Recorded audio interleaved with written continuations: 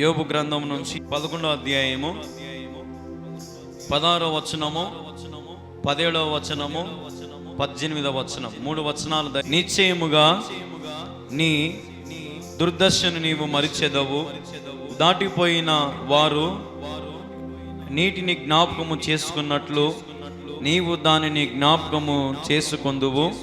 అప్పుడు నీ బ్రతుకు మధ్యాహ్న కాల తేజస్సు కంటే అధికముగా ప్రకాశించును. చీకటి కమ్మినను అది అరుణోదయం వలె కాంతిగా నుండును.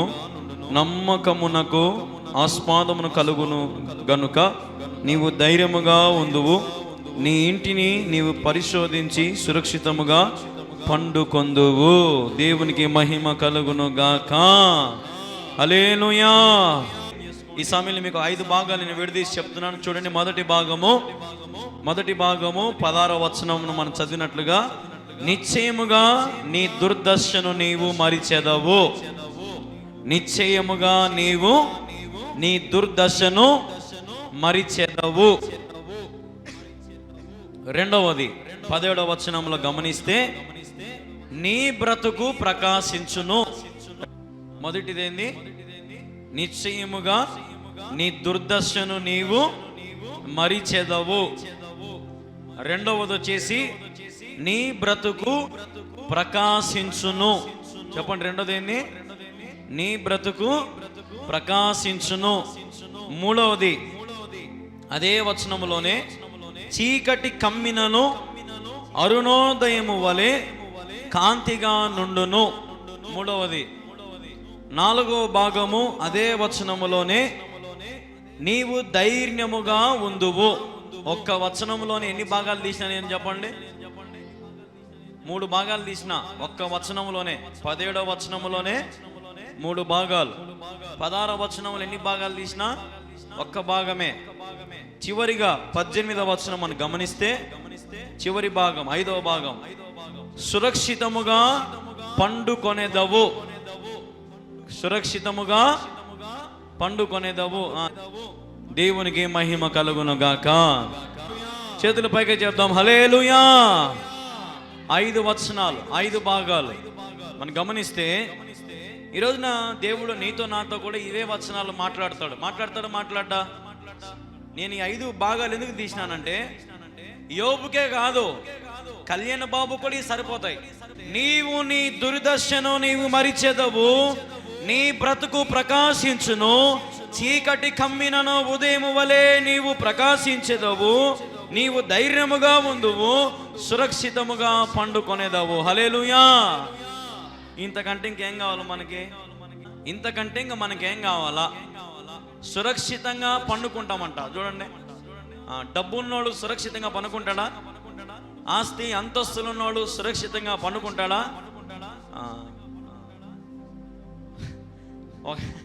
ఒక ఆయన అంటా ఉన్నాడు, అది నాకు యూట్యూబ్లో వచ్చింది. యూట్యూబ్లో ఏమన్నాడంటే, భార్యతో అంటున్నాడు అనమాట. భార్యతో, పెళ్లి చేసుకున్నప్పటి నుంచి నేను ఒక్క రోజున మనశ్శాంతిగా పనుకుంటే ఒట్టు అన్నాడు.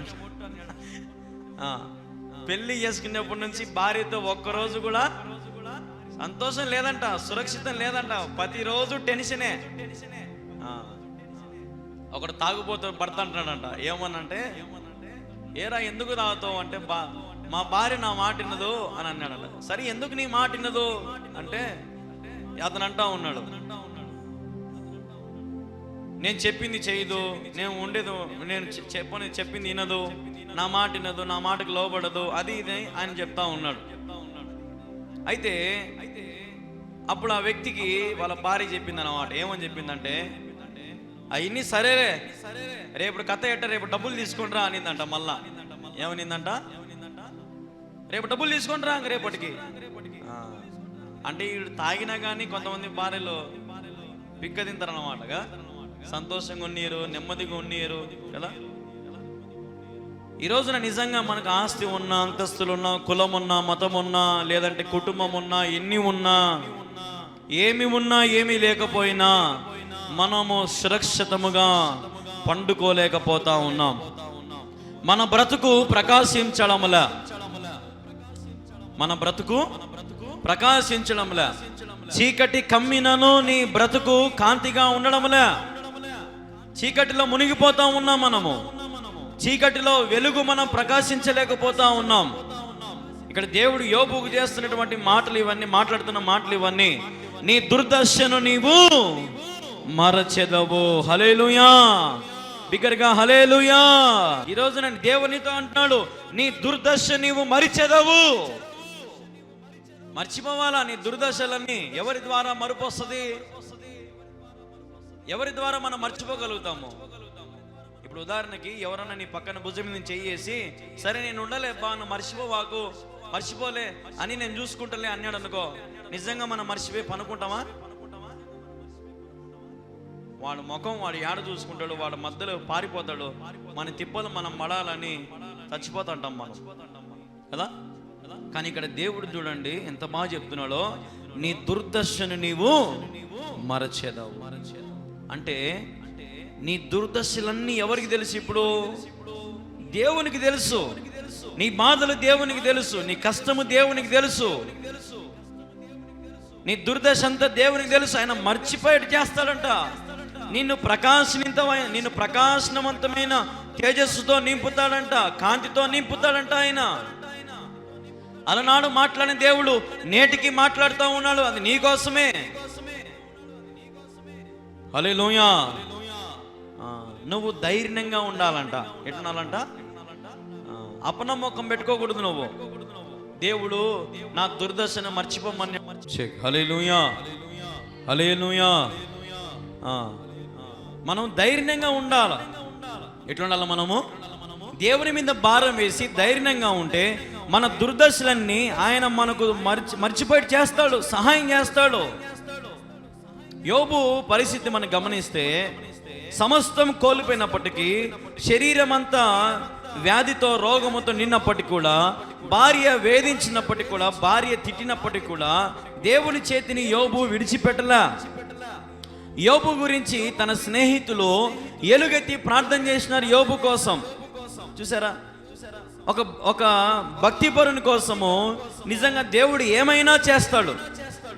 ఈరోజు నీ జీవితము చీకటిలాగా కమ్మించిపోతుందేమో, రోజు రోజుకి అంధకార ఊపిలో చిక్కుకుపోతున్నావేమో, వెలుగు నీ మీద ప్రకాశం పడడం లేదేమో నీ మీద. కొంతమంది అంటారు కదా, ప్రతి కుక్కకు ఒక రోజు ఏమంటారు అంటే ఇంకా మనకు టైం రాలేదని కదా. అవునా కదా? కానీ దేవుణ్ణి నమ్ముకుంటే ప్రతి సమయము నీదే, ప్రతిరోజు నీదే. నిత్యము వెలుగుతో నింపేవాడు ఆయన. నిత్యము నిన్ను ప్రకాశనవంతం తేజస్సుతో నింపేవాడు ఆయన. ఈరోజు నువ్వు ధైర్యంగా అడుగు ముందుకెయ్యాలి ఏదైనా సరే. ఈరోజు నా ప్రభు బిడ్డలారా మీరు గమనించాలా, మన దుర్దశలు మనం మర్చిపోవాలంటే మనం దేవుని మీద ఆనుకొని ధైర్యంగా ఉంటే, నీ విశ్వాసం నిలకడగా ఉంటే, నువ్వు చెదిరిపోకుండా ప్రభువును ఆనుకొని నువ్వు భక్తి చేస్తూ నువ్వు నిలబడగలిగితే, నిజంగా దేవుని కోసం ఏ మేలైనా చేయడానికి సిద్ధపడతాడు. ఈరోజు చాలామంది మనం గమనిస్తూ ఉన్నాము, ఆలయాన్ని నిర్లక్ష్యం చేస్తూ ఉన్నారు. ఏం చేస్తూ ఉన్నారు? ఆలయాన్ని నిర్లక్ష్యం చేస్తూ ఉన్నారు. అంటే దాని అర్థం ఏంటంటే, మన ఆత్మను మనం ఏం చేస్తున్నాము? నిర్లక్ష్యం చేస్తున్నాము. ఆత్మకు ఆహారం ఎక్కడ దొరుకుతుంది? ఆత్మకు ఆహారం ఎక్కడ దొరుకుతుందమ్మా? దేవుని సన్నిధిలో. ప్లేట్ నిండితే బిర్యానీ పెడితే ఆత్మ తింటదా? నువ్వు తింటావా? శరీరం తింటది, ఆత్మ తింటదా?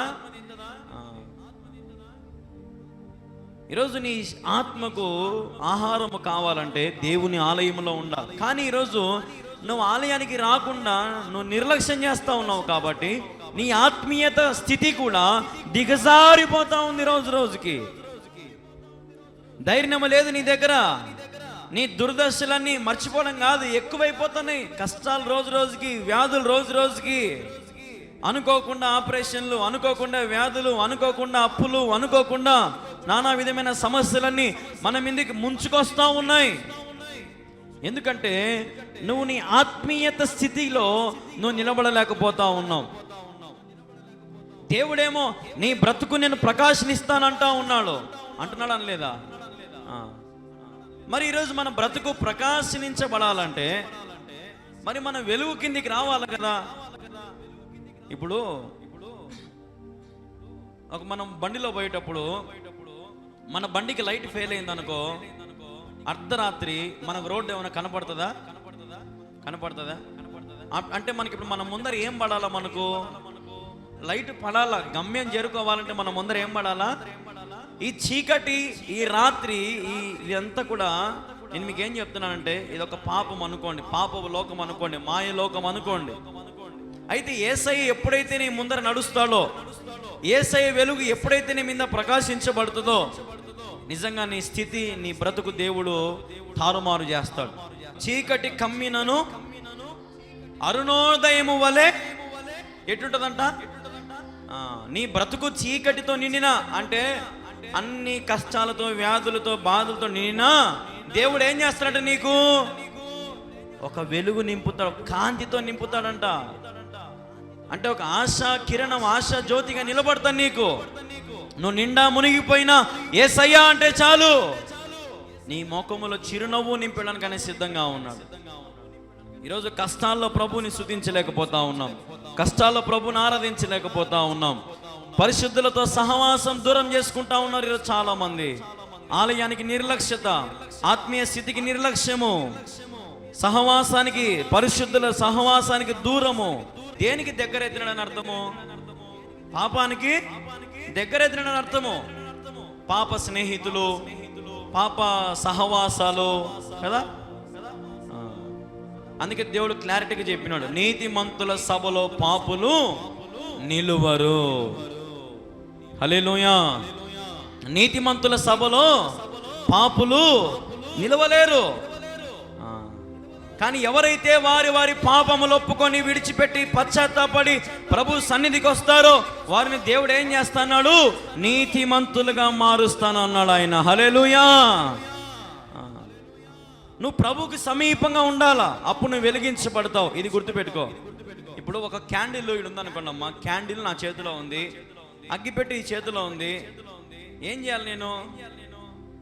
అంటియాలంటే ఇది అంటే రగులుకుంటుందా? ఈ క్యాండిల్ ఏం చేయాలా? దగ్గరికి రావాలా, వెలిగించానే దాని మీద పెట్టాలా, అవునా కదా? నేను ఈయన్నే ఉంటా, నువ్వు ఈడికి వచ్చి వెలిగి అంటే వెలుగుతా, మనం వెలిగలుగుతామా? ఈరోజు మనం ప్రభు దగ్గరికి వస్తే ప్రభు మనల్ని ఏం చేస్తాడు? వెలిగిస్తాడు ఆయన. హల్లెలూయా. నీ దీపం ఎన్నటికీ ఎప్పటికీ ఆరిపోదు. ఒకసారి దేవుడు వెలిగించిన దీపము ఎన్నటికీ ఎప్పటికీ ఆరిపోనే నా దీపము యేసయ్యా నీవు వెలిగించినావు, సుడిగాలిలోనైనా జడివానలోనైనా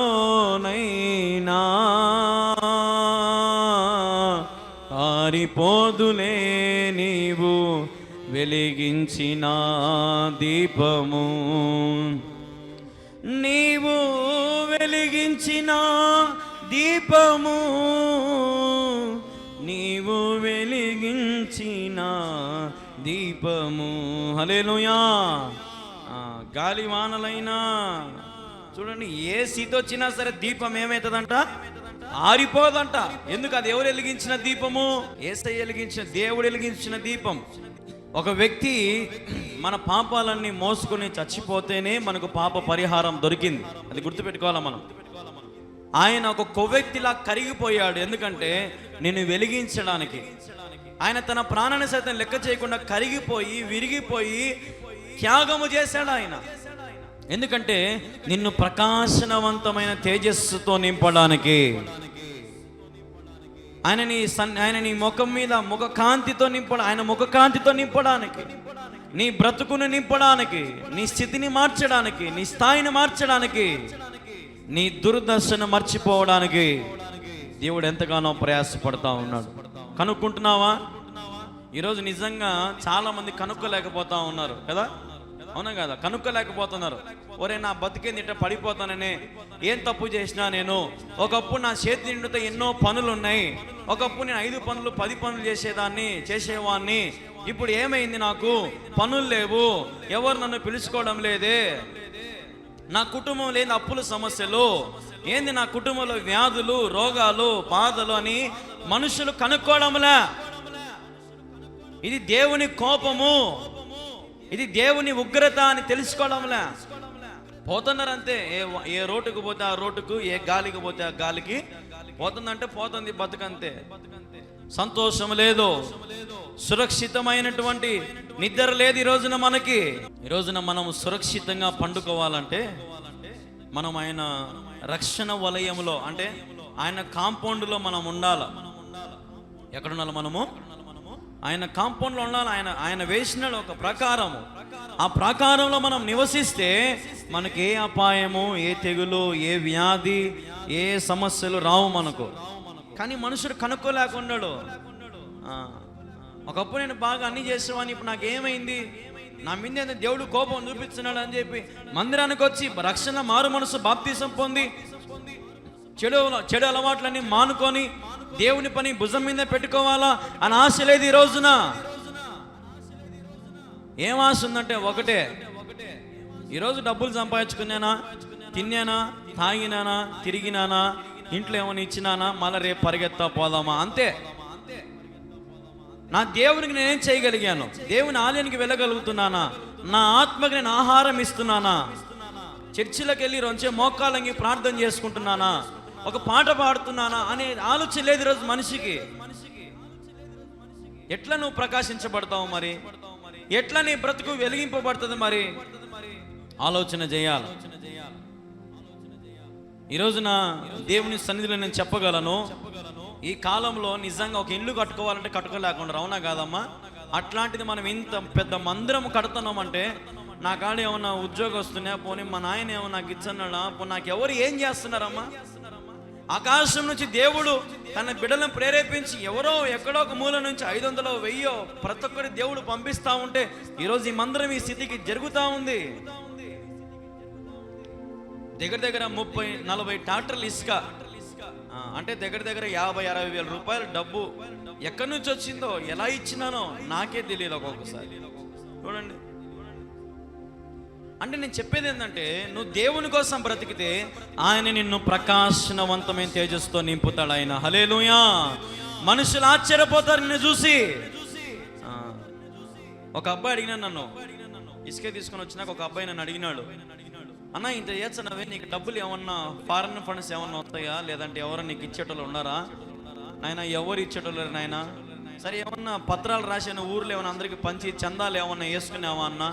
ఏం అవసరం లేదు, నేను నాకు ఏ చందాలు వద్దు, ఎవరొద్దు, నాకు దేవుడు ఇస్తాడు, నా మోకాల ప్రార్థన దేవుడు వింటున్నాను నేను అని చెప్పిన. ఇప్పుడు ఆ అబ్బాయి ముందర నేను వెలిగినట్ట ఆరిపోయినట్ట, వెలిగినట్ట ఆరిపోయినట్ట. అంటే దేవుడు మనుషులు ఎదుట నువ్వు వెలిగింపజేస్తాడు, అది నువ్వు కనుక్కోవాలా. దేవుని పని మనం చేస్తే ఆయన మనల్ని ఏం చేస్తాడంటే వెలుగుతో నింపుతాడు. ఆయన మనకు సురక్షితంగా పండుకునేలాగా ఏర్పాటు చేస్తాడు ఆయన. ఏ కీడు నీ దరికి రాదు, ఏ ఆపద నీ దరికి రాదు. ఒకవేళ గమనించండి, ఎవడన్నా నీ మీద పన్నాగం చేసినా, ఎవడన్నా నీ మీద శత్రుత్వం చేసినా, ఎవడన్నా నీ మీద రాజకీయం చేసినా దేవుడు అసలు ఊరుకోడు. వేర్లతో సహా ఏం చేస్తాడు ఆయన? ఏం చేస్తాడు ఆయన? పెకిలింపు చేస్తాడు. కానీ ఏం చెప్తాడు తెలుసా? నేను కళ్యాణ్ బాబు, నువ్వు పోయి లోపల సురక్షితంగా పనుకొని అయినా బయట జరిగేదంతా నేను చూసుకుంటా పో అంటాడు. ఇప్పుడు ఉదాహరణకి మీ ఇంటి మీదకి ఎవరైనా గొడవకు వచ్చినారనుకో, మీరు బాగా వినండి, ఒక మాట చెప్తా. మీ ఇంటి మీదకి ఎవరైనా గొడవకు వచ్చినారనుకో, మీ పిల్లల్ని తీసుకొని రోడ్డు మీద నిలబెడతారా, ఇంట్లోకి పంపించారా? ఏం చేస్తాము? ఇంట్లోకి పంపించి గడేయచ్చాం, అవునా కదా? అరే మీరు లోపల పోయి నిమ్మలంగా ఉండిపోండి, టీవీ చూసుకోపోండి, నిమ్మలంగా ఉండిపోండి, మేము చూసుకుంటాం వాళ్ళ కథ అంటమానమ్మా? అట్ట అనేరు. మళ్ళా మనం అటు అనకూడదు. అటు ఎప్పుడు గొడవలు పడకండి ఎవరితో కూడా. మళ్ళా చెప్పినా కదని చెప్పి మళ్ళీ అట చేశారు. మనం ఎప్పుడు గొడవలు పడకూడదు. మనం చాలా శాంతితో ఉండాలి, నెమ్మదితో ఉండాలి. మీకు ఒక మాట చెప్తా చూడండి. మనం ఎందుకు శత్రు సైన్యం వచ్చిందనుకో, మనకు ఒక ఎంకల ఒక సైన్యం ఉంటుంది. ఎవరు ఆ సైన్యము? ఎవరు ఆ సైన్యము? దేవుని సైన్యం ఉంటుంది. ఎవరి సైన్యం ఉంటుంది? దేవదూతల్ని చుట్టూ కాపుదలగా ఉంటాయి. నీకు తెలియకుండా నీ చుట్టూ దేవదూతలు ఉంటారు, నిన్ను కాపులా కాసుకుంటా ఉంటారు, నన్ను కాపులా కాసుకుంటా, నిన్ను కాపులా కాసుకుంటా ఉంటారు వాళ్ళు. నీకు దేవుడు బాడీ గార్డులను పెట్టినాడు. అర్థమైంది నేను చెప్పేది? ఇప్పుడు ఉదాహరణకి ఒక హీరో స్టేజ్ మీదకి ఎక్కినప్పుడు చుట్టూ నల్ల డ్రెస్సులు వేసుకుని వాళ్ళు ఉంటారు, బౌన్సర్లు ఉంటారు అన్నమాట. వాళ్ళ పని ఏంది? ఎవరన్నా వచ్చాని టక్కుని ఎత్తి పక్కన వేయడమే. ఆయన మీదకి ఈగ కూడా వాళ్ళదు. ఈరోజు మన మీదకి దేవుడు చెప్తున్నాడు, నైనా నువ్వు నా ప్రియ కుమారుడవు, నిన్ను తాకితే నా కనుగుడ్డును తాకినట్టే. హల్లెలూయా. నేను చెప్పేది అర్థమవుతుందా? నువ్వు ఇప్పుడు ఎవరి కుమారునివి? దేవుని కుమార్తె అంటే నిన్ను ఎవడన్నా తగులితే ఎవరికి రోషం వస్తుంది? ఇప్పుడు దేవునికి రోషం వస్తుంది. దేవునికి రోషం వచ్చినప్పుడు ఆయన ఎట్టుంటాడు? ఆయన నువ్వు సురక్షితంగా నువ్వు ఉండు, ముందు పక్కన వాళ్ళ సంగతి అంతా నేను చూసుకుంటా అంటాడు ఆయన. ఈ రోజున నేను మీకు చెప్పేది అదే. మన మీదికి, దేవుని బిడ్డల మీదికి, యేసు ప్రభుని ఆశ్రయించిన వారి మీదికి ఎంతమంది లేచినా దేవుడు వారిని పండబెడతాడంతే. అయిపోయా. లేయలేరు వాళ్ళు, దెబ్బను కోలుకోలేరు. దేవుడు కొడితే కోలుకోలేరు, దిక్కులేని వాళ్ళ మాదిరి తిరగాల్సి వస్తుంది. ఉదాహరణకి కయ్యోను, దేవుడు ఆజ్ఞను అతిక్రమించి తమ్ముని చంపినాడని దేవుడు కయ్యోను ఏమన్నాడు? నీవు దేశ దిమ్మరువై పోతావురా, నువ్వు పరకలేసుకొని దేశ దిమ్మరైపోతావు నువ్వు. చూడు, నీ తమ్ముని రక్తం చూడరా, నేల మీద పడి కూడా మొర పెడుతుందిరా. నువ్వు ఉన్నావు, నీ తమ్ముని చంపినావు కదరా, దేశ దిమ్మరైపోతావురా నువ్వు. క్షమించినాడు దేవుడు ఏమన్నా? కయ్యోను క్షమించినాడా? చూడండి ఎట్టుందో పరిస్థితి. ఆయన బిడ్డలకు ఏమి హాని జరిగినా దేవుడు ఎట్టి పరిస్థితిలో ఒప్పుకుండే ప్రసక్తే ఉండదు. హల్లెలూయా. ఒకసారి చేతుల పైకి చెప్తాం, హల్లెలూయా. ఒక పాట ఉంది కదా, నేనేడుస్తుంటే ఎత్తుకున్న ప్రేమ తన కౌగిట్లో నన్ను హత్తుకున్న ప్రేమ, యేసయ్య ప్రేమ, యేసయ్య ప్రేమ. యోబుని ఎత్తుకున్నాడు. ఇప్పుడు యోబును అవమానపరిచిన సైతానును, కించపరిచిన సైతానును, ఆస్తి అంతస్తులు, పిల్లలు, భార్య అంత నాశనం చేసినప్పటికీ దేవుడు యోబుకు చెప్పినాడు, నీ దుర్దశను మరిచెదవు, నీ బ్రతుకు ప్రకాశించబడును, అరుణోదయం వల్ల కాంతిగా ఉంటావు, నువ్వు సురక్షితంగా నువ్వు పండుకుంటావుగా. 1000 రెట్లు యోబును దేవుడు ఆశీర్వదించినాడు. హల్లెలూయా. నువ్వు ఏడుస్తే ఎవరు ఒప్పుకోరు? జాగ్రత్త, ఏడిసి భర్త కోసం ప్రార్థన చేయకండి. కొంతమంది, ప్రభువా నా భర్తను మార్చు నాయనా, నా భర్త తాగొచ్చి కొడుతున్నాయి, నాకు నెమ్మది లేదు నాయనా, నాకు శాంతి లేదని అట్ట చేయకండి. వాటం పడితే నీ భర్తని ఎత్తుకొని పోతాడు దేవుడు, నా బిడ్డని ఏడిపించావరా నువ్వని. ప్రార్థన కూడా నువ్వు ఎట్ట చేయాలని చాలా టెక్నిక్గా చేయాలి, తెలుసా? ఊరికి ఎట్ట పడితే అట్ట ఎత్తి ఏది పడితే అది ప్రార్థన చేయడం కాదు. నువ్వు ప్రార్థన చేసేటప్పుడు ఏం చేస్తున్నావో అది నీ సెన్స్లో ఉండాలా. నువ్వు చేసే నోట్లోంచి రాకముందే నువ్వు లోపల ఆలోచించుకోవాలా, నేను చేసే ప్రార్థన ఎట్లుంది. అందుకే దేవుడు ఒక మాట అన్నాడు, ఒక్కసారి నీ నోట్లోంచి బయటకు వచ్చి నాకు అది తిరిగి పోదంట. అర్థమైందా? కొంతమంది ప్రార్థన చేస్తారు, ప్రభువా వాళ్ళు నాశనం అయిపోవాలి ప్రభువా. నాకు ఒకరోజు ఒక ఆమె ఫోన్ చేసింది. ఏమని ఫోన్ చేసిందంటే, అన్నా నా భర్త వేరే అమ్మాయితో తిరుగుతున్నాడన్నా, దానికి కాళ్ళలో చేతులు ఇరిగిపోయి ప్రార్థన చేయన్నా. ఏం చేయాలంట నేను? ఆయన ఎవరినో ప్రేమించి ఆమె ప్రేమించిన ఆమెకు నేను ప్రార్థన చేసి ఆమె కాళ్ళు చేతులు ఇరిగిపోవాలంట. చూడి, ఇదే అడిగేది. ప్రభువా నా భర్తను మార్చిన ఆయన అని అడగండి. ప్రభువా నా పిల్లలు మార్చి ప్రభువా అని అడగాలి. ప్రభువా నా భార్యను మార్చిన ఆయన అని అడగాల. కుటుంబాన్ని మనం కట్టుకోవాలా. ఎవరి ప్రేమతో? దేవుని ప్రేమతో, కక్షలతో, పగలతో కాదు. ఒకరోజు ఒక పెద్ద విశ్వాసురాలు అంటుందంట, పెద్ద విశ్వాసురాలు ఏమని అంటుందంటే, నా మాట వినకుండా పోతున్నావు చూడు, సత్సవు చెప్తాను అనిందంట భర్తతో. ఏమనిందంట? ఒక పెద్ద ప్రార్థన పరురాలంట, ప్రార్థన ఎప్పుడు ప్రార్థన చేసేదంట. భర్తతో అనిందంట, నా మాట దాటేసిపోతున్నావు జాగ్రత్త అనిందంట. వచ్చాల కదా శవం వచ్చాడంట ఇంటికి. ఎటొచ్చాడంట? కొంతమంది ఇంతే దూషిస్తారన్నమాట. విశ్వాసాన్ని అడ్డం పెట్టుకొని, దేవుని అడ్డం పెట్టుకొని మనుషులను ఏమైనా చేయడానికి సిద్ధపడతారు. అట్లాంటి దేవుడు ఒప్పుకుంటాడా? ఒప్పుకోడు. మనం చాలా అంటే చాలా పద్ధతిగా భయభక్తులు కలిగి మనం ఉంటే, దేవుని కోసం మనం బ్రతికితే, నిజంగా నీ కుటుంబాన్ని దేవుడు వెలుగుతో నింపి ప్రకాశిస్తాడు ఆయన, ప్రకాశింపజేస్తాడు ఆయన. హల్లెలూయా, హల్లెలూయా. ఒక చీకటి గదిలో మనం స్విచ్ వేయగానే, లైట్ వెలగగానే ఆ రూమ్ అంతే ఏమైపోతుంది? వెలుగు అయిపోతుంది. ఇప్పుడు ఉదాహరణకి మన ఈ మందిరంలో మన లైట్లు అన్నీ ఆఫ్ చేసినాం అనుకో, ఏమైపోతుంది?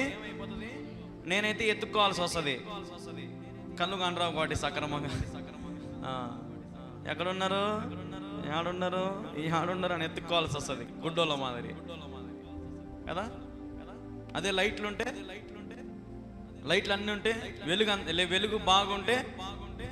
వెలుగు బాగుంటే అన్ని బాగా కనపడతాయి, అందరినీ బాగా చూడొచ్చు కదా. వాళ్ళ మొఖాలు ఎట్లున్నాయి, కళ్యాణ్ గారు తొందరగా ముగిరా అని చూస్తున్నారా, లేదంటే ఇంకారంతా చెప్పునాయనా అని చెప్పి చూస్తున్నారా, అన్నీ కనుక్కోవచ్చు లైట్లు ఉంటే. అవునా కాదా? ఇప్పుడు మా మంజులో మిట్నే చూస్తుంది, ఇంకా తొందరగా ముగినైనా అని. హల్లెలూయా, హల్లెలూయా. కాబట్టి నీ బ్రతుకు ప్రకాశించబడాలంటే నీ ఎవరితో ఉండాలా? దేవునితో ఉండాలి. నీ చుట్టూ దేవుడు కాపుదలగా పెట్టినాడు కాబట్టి నువ్వు సురక్షితంగా ఉంటావు. దిగులు పడద్దు. నీ భారం ప్రభు మీద మోయి, నీ భారం యెహోవా మీద మోపుము, నీ చింతలు దేవుని మీద మోపుము. సమస్తం అన్ని దేవునికి అప్పగించేయి. నువ్వు మొక్కలొంగి ఊరిక ఉండి దేవుడికి మాట్లాడు, నువ్వు ఊరిక నిలిచి చూడు. అవునా కదా? నువ్వు ఊరికే నిలిచి చూడంతే ఏం జరుగుతాయో. ఇప్పుడు మోసే ప్రార్థన చేసినాడు కదా, మీకు ఒక చిన్న ఉదాహరణ చెప్తా. బండను కొడతాను ఏమొచ్చినాయి బండలో నుంచి? మోసే షాక్ ఏంటడా? షాక్ అయ్యిండా? ఇప్పుడు కొట్టమన్నాడు, పటాన్ని కొట్టినాడు, కొడతా నీళ్లు వచ్చనే ఉన్నాయి. ఎవరమైనా సరే దాన్ని సూచనే అవాక్యతమా కామా? అంటే ఇప్పుడు మనల్ని నిజంగా దేవుడు ఎట్లా చేస్తాడంటే, నువ్వు ఊరుకు నిలుచుంటే చాలు, గొప్ప కార్యాలు అవే జరిగిపోతా ఉంటాయి. దేవుని మందిరము మనం నివసిస్తే, నిజంగా దేవుని మందిరం మనం నిలబడితే, దేవునితో మనం సహవాసం చేస్తే, పరిశుద్ధులతో మనం సహవాసం చేస్తే, మనం విడువక భక్తి చేస్తూ విశ్వాస పోరాటంలో అంతం వరకు నమ్మకంగా నిలబడితే, నిజంగా మన దేవుడు ఏమైనా అద్భుతాలు చేయడానికి వెనకడుగు వేయడు. నీకు వ్యతిరేకంగా రూపించబడిన ఏ ఆయుధము ఎవ్వరు కూడా వర్ధిల్లింపబడరు. ఎందుకంటే నువ్వు ఎవరి కనుసైగల్లో ఉన్నావు? నువ్వు దేవుడు. నువ్వు ఎవరి రెక్కల చాటున ఉన్నావు నువ్వు? ఇప్పుడు గద్ద వచ్చింది అనుకో, గద్ద కోడ ఏం చేస్తుంది? పిల్లల్ని ఇచ్చేస్తుందా? ఏం చేస్తుంది? దాంతో పోరాడుతుంది, ప్రయత్నం చేస్తుంది, పొడసాలని చూస్తుంది, లేదంటే ఏదైనా గౌక్యన దాచిపెట్టుకోవాలని చూస్తుంది కదా. కాబట్టి ఈరోజు మనం అందరం, ఇంకొక మాట ఉంది బైబిల్లో, కోడి తన పిల్లలను భద్రపరచినట్లు దేవుడు నిన్ను భద్రపరచుచున్నాడు. హల్లెలూయా. దేవుడు నిన్ను కాపాడుతున్నాడు, భద్రపరుస్తున్నాడు, పోషిస్తున్నాడు. కాబట్టి జ్ఞానం తెలుసుకొని యోబును ఏ రీతికైతే నీ దుర్దశను మర్చేదమన్నాడో, ఈరోజు మీతో కూడా దేవుడు చేస్తున్న వాగ్దానం, నీ దుర్దశను నీవు మరిచెదవుగాక. హల్లెలూయా. నీ దుర్దశ మర్చిపోవాలి నువ్వు, అంతేగా. అంత లాభమే ఉండాలి నీ జీవితంలో, సంతోషం ఉండాలి నీ జీవితంలో, ఆనందం ఉండాలి నీ జీవితంలో, ఆరోగ్యం ఉండాలి నీ జీవితంలో. నువ్వు చదువుకుంటా అంటే మంచి ఉద్యోగం నీకు రావాలి, మంచి వివాహం జరగాల, గర్భఫలం రావాలి, అన్నీ నీకు జరగాలంటే నీ దుర్దశ నువ్వేం చేయాలా? మర్చిపోవాలా, ధైర్యంగా ఉండాలా. ఎవరు నానుకొని? దేవుణ్ణి నానుకొని ధైర్యంగా ఉంటే అన్ని జరిగిపోతాయి. మేలు జరుగుటకై సమస్తము సమకూడి జరుగుచున్నవి. అన్ని సమకూరుస్తాడు ఆయన. అన్ని ఒక ఉదాహరణకు ఒక అద్దం విరిగిపోయింది, దానికి అద్దం విరిగిపోతే మనం అతికిగలుగుతామా? కానీ దేవుడు చూడండి, విరిగిన హృదయం ఏం చేస్తాడు ఆయన? బాగు చేసి దేవుడు. గాయపరచువాడు ఆయనే, కట్టువాడు ఆయనే. కాబట్టి నువ్వు తెలుసుకోవాలి ఏంటంటే, ఇప్పుడు నీకు గాయాలు అయినాయి అనుకో, నువ్వు తెలుసుకోవాలి ఇది దేవుని దెబ్బ. వెంటనే పరిగెత్తా ప్రభు కాడికి పోవాలని నీకు తెలుసుకోవాలి. నువ్వు ఇప్పుడు నుంచి అన్నా తెలుసుకోకుండా అట్నే పోతున్నావు అనుకో, రోజు రోజుకి నీ స్థితి ఏమైపోతుంది? పడిపోతా ఉంటుంది, దిగజారిపోతా ఉంటాం. రోజు రోజుకి ఎక్కలేం, ఎక్కి రాలేం, సమస్యలు ఎక్కువైపోతా ఉంటాయి. తల్లిదండ్రులను ప్రేమించే కథ ఉండదు. రోజు రోజుకి అన్నీ పోతా ఉంటాయి, అన్ని నష్టాలే.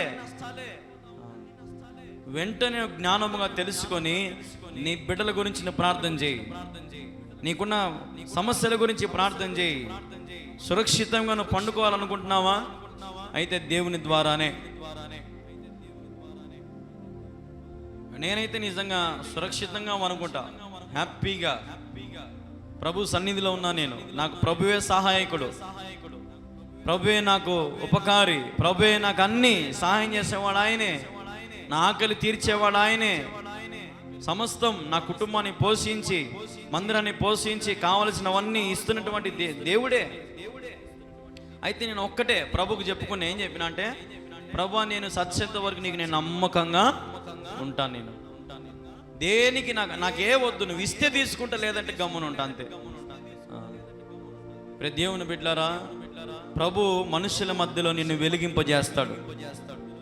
అనేక మంది మధ్యలో నిన్ను దేవుడు వెలుగు వలె నింపుతాడు. హల్లెలూయా. కాబట్టి చీకటిలో ఉన్నావేమో, వెలుగులోకి రా. చీకటిలో నేనున్నప్పుడు నీ వెలుగు నాపై ఉదయించెను. నీలోనే నేను వెలగాలని, నీలోనే నువ్వు మారాలని పరిశుద్ధాత్మ అభిషేకముతో నింపుచున్నాం. నావు నీరాకడకై నిరంతరం నీతోనే జీవించాలని ఆశనన్నిలా బ్రతికించుచున్నది. ఇప్పుడు ఎంత బాగా మాట్లాం కదా. నిజంగా నిరంతరం ప్రభుత్వం నిలబడతామా? చీకట్లో ఉన్నప్పుడు ఆయన నీకేమి ఇచ్చినాడు? వెలుగునిచ్చినాడు. వెలుగు ఇచ్చినాక మళ్ళీ చాలా మంది ఏం చేస్తారు తెలుసా? వెంటనే ఆడికిపోతారు, మళ్ళా చీకట్లోకి వెళ్ళిపోతారు. వెలుగు కిందికి వచ్చినట్టే వచ్చారు, మళ్ళీ ఏమైతుంది? వెలుగులో నుంచి మళ్ళీ బయటికి వచ్చి చీకట్లోకి వెళ్ళిపోతారు. ఊరికే పైకి పాట పాడతారు అంతే. ఏమనంటే ఇదేట, నిరంతరం నీతోనే జీవించాలని ఆశనన్నిలా బ్రతికించు. నిజంగా ఆశ ఉంటే అట బతుకుతాడా? చిగిరిళ్ళు మానుకోవాలా, బూతులు మానుకోవాలా, భార్యని తిట్టేది కొట్టేది మానుకోవాలా, సంఘాన్ని మానకూడదు, ప్రార్థన మానకూడదు, వాక్యం ధ్యానిస్తూ ఉండాలా, అందరితో ఐక్యమత్యంగా ఉండాలా, తల్లిదండ్రులను ప్రేమించాలా, భక్తి కలిగి ఉండాలా, పెద్దలను సన్మానించాలా, గౌరవించాలా, సంఘ కాపరికి లోబడి ఉండాలా, సంఘంలో అన్ని కార్యక్రమాలలో ముందుండాలా, దేవుని కార్యక్రమానికి తోసివేయకుండా దేవుని పనికి ముందుండాలా. అది ఆశ అంటే దేవుని కోసం. మనమా ఊరికే పైకి పాట ఏమనంటే నిరంతరం కదా, మైకు చేత దొరికింది కదా అని నీతోనే జీవించాలని నిరంతరం దేవునితో బతుకుతాం. అబ్బా మనము లేచినప్పటి నుంచి రాత్రి వరకు ఎన్ని అబద్ధాలు, ఎన్ని బూతులు, ఎన్ని మోసాలు, ఎన్ని తప్పులు మనం చేస్తాము. కనీసం రాత్రి నిద్రపోయే ముందరన్న మోకాళ్ళొంగి దేవా నన్ను ఈరోజు చేసిన తప్పు నన్ను క్షమించు ప్రభువా అని అడిగే మనసు మనకు లేదు. కానీ మనకేం కావాలా? వెలుగు కావాలా. ఏం కావాలా మనకు? ఈ ఎట్టిచ్చాడు తప్పులన్నీ చేసినాక తప్పులు ఒప్పుకుంటే కదా శిక్ష మనకు తప్పించబడేది. జడ్జి ఏమంటాడు పోగానే ఫస్ట్ అంటాడు, ఒరే ఈ తప్పు నువ్వే చేసినావా? అవును సార్ నేనే చేసినా అని వెంటనే ఒప్పుకున్నామనుకో శిక్ష తగ్గిపోతుంది, శిక్ష తగ్గుతుంది. 6 ఏళ్ళు వేసేది 3 ఏళ్ళు వేసి పంపించేస్తాడు. పోరా 2000 కట్టి ఇంక పో, ఫైన్ కట్టి పో అంటాడు. సార్ నేనేం చేయలే అన్నాడు అనుకో, అప్పుడు జడ్జి ఏం చేస్తాడు? వాని నిరూపించేంత వరకు లాయర్లను పెట్టి వాళ్ళని పెట్టి వాని నిరూపించి లాస్ట్కి వాడిని తేలినాడు అనుకో జీవిత ఖైదీ వేస్తారు. అదే ముందే మర్యాదగా ఒప్పుకొని విడిచిపెడితే శిక్ష ఏమవుతుంది? తగ్గిపోతుంది. ఈరోజు చేసిన తప్పులు మనం ఒప్పుకొని విడిచిపెడితే మళ్ళీ అవి ఎప్పటికీ చేయకుండా మనం వాటిని మర్చిపోతే దేవుని జీవితంలో తప్పక మేలు చేస్తాడు. హల్లెలూయా. నీ దుర్దశను మర్చిపోయేట్టు దేవుడు చేస్తాడు. నీ స్థితిని దేవుడు అద్భుతంగా దీవిస్తాడు. ఊరికే పైకి పాడతారమ్మా, ఊరికే పాటలు రాసినారు కదా వీళ్ళు భక్తులు రాసినారని ఊరికే ఒక పాట పాడడమే కానీ ఒరేని ఆ పాట ప్రకారం నేను బతుకుతానా, ఊరికే పాడుతాననే నిజంగానే నిరంతరము దేవుని కోసం జీవిస్తానా?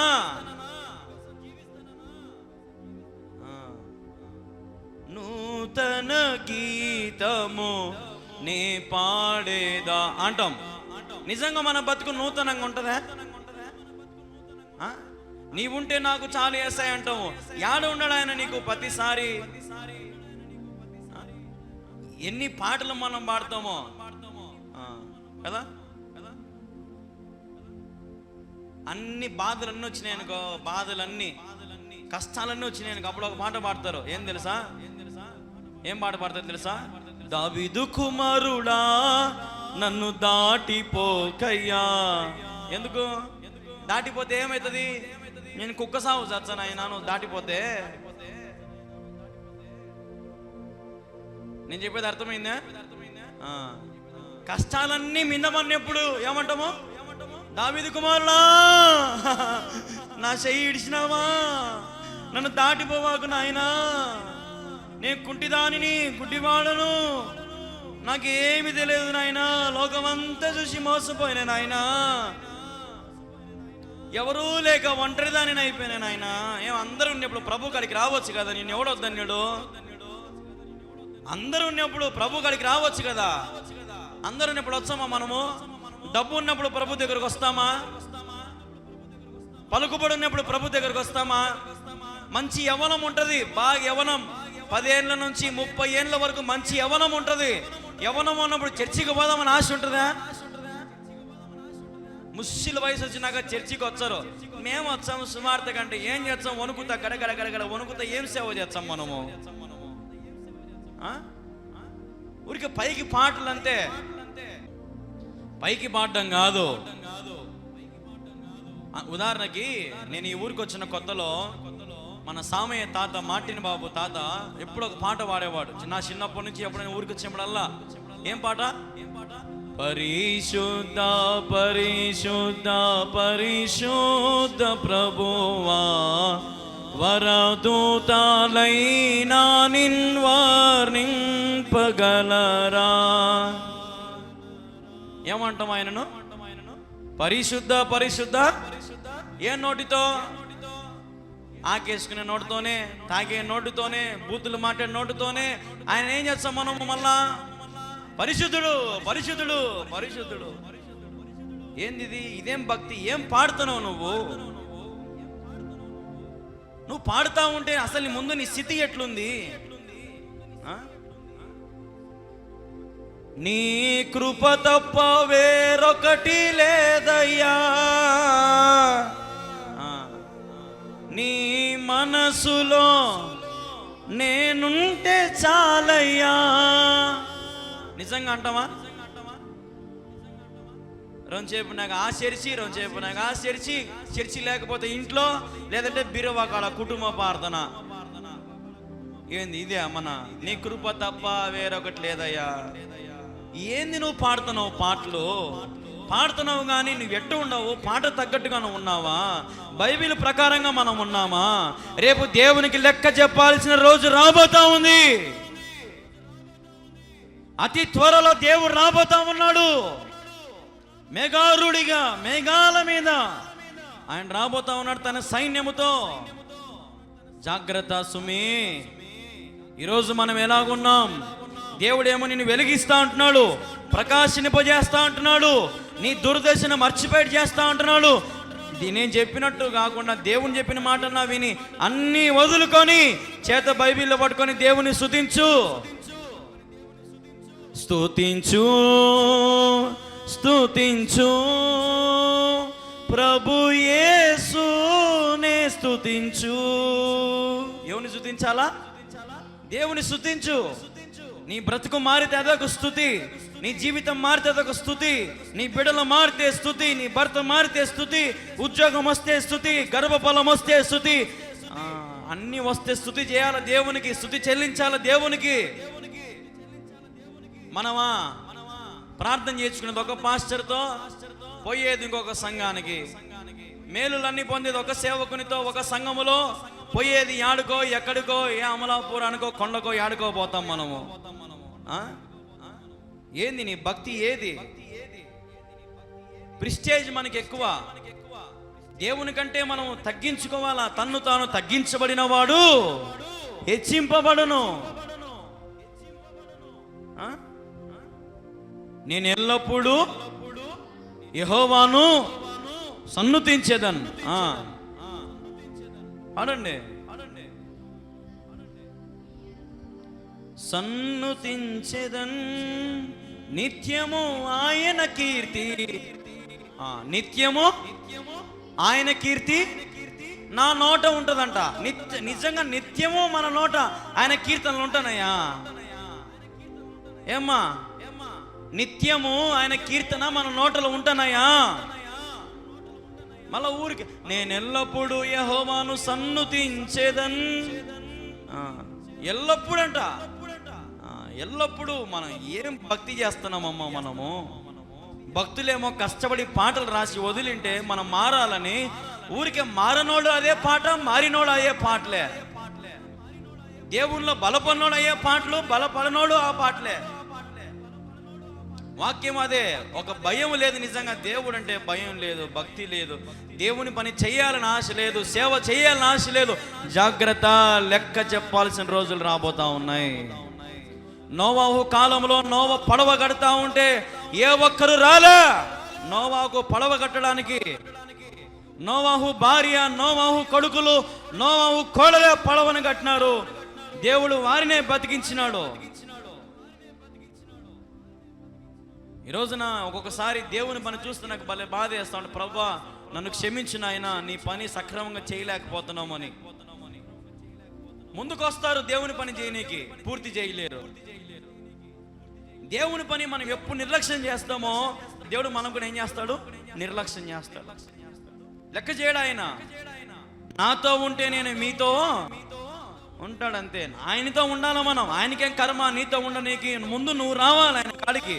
నువ్వు పాస్టర్కి వందనాలు చెప్పాలా? ముందు పాస్టర్ చెప్పడం కాదు వందనాలు. పాస్టర్ అంటే ఎన్నికలేనోడు కాదు. పాస్టర్ అంటే గొప్ప గొప్ప ప్రముఖులు చేతులెత్తి వందనాలు చెప్తారు, వందనాలు అయ్యా అని. ఈ రోజున మన భక్తి ఎలాగుంది, మన విశ్వాసం ఎలాగుంది, వాక్య ధ్యానం ఎలాగుంది, ఏ సంఘానికి పోతున్నావు, ఎక్కడ నిలబడుతున్నావు నువ్వు, ఏ వాక్యం వింటా ఉన్నావు నువ్వు, ఇవన్నీ కూడా నువ్వు చాలా జాగ్రత్తగా పరీక్షించుకొని పరిశోధన చేసుకుంటేనే నీ బ్రతుకు ప్రకాశించబడుతుంది. హల్లెలూయా, హల్లెలూయా. ఒక ఆయన, పెద్ద ఆయన ఒక పాట రాసినాడు.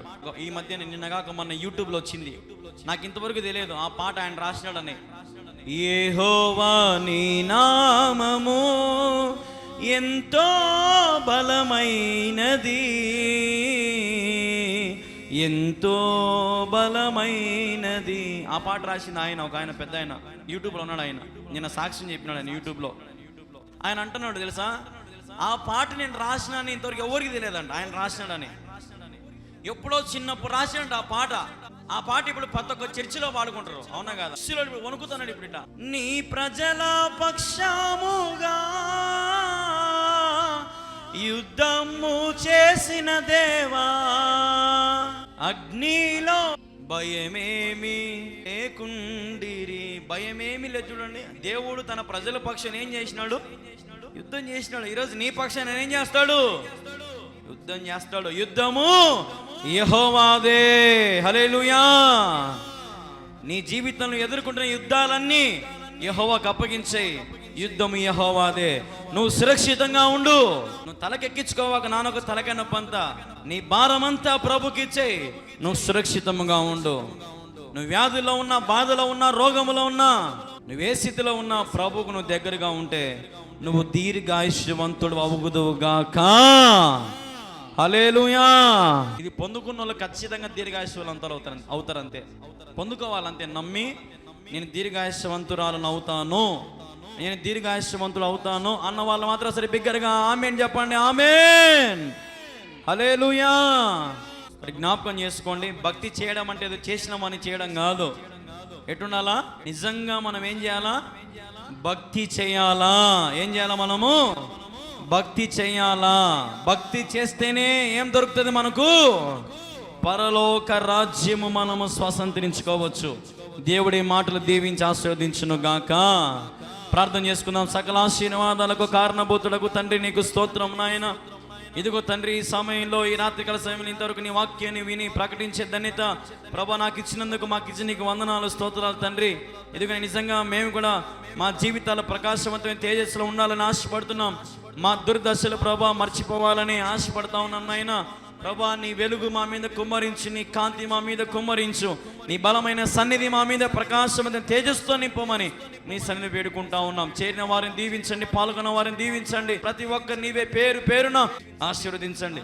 ఎందుకంటే నీ చేతికి సమస్తం అప్పగించుకుంటూ మమ్మల్ని మేము తగ్గించుకుంటూ మీ ఘనమైన నామాన్ని ఇచ్చిస్తూ యేసు క్రీస్తు నామములో ప్రార్థించి స్తుతించి అడిగి వేడుకుంటున్నాము తండ్రి. ఆమేన్. ఆమేన్. ఆమేన్.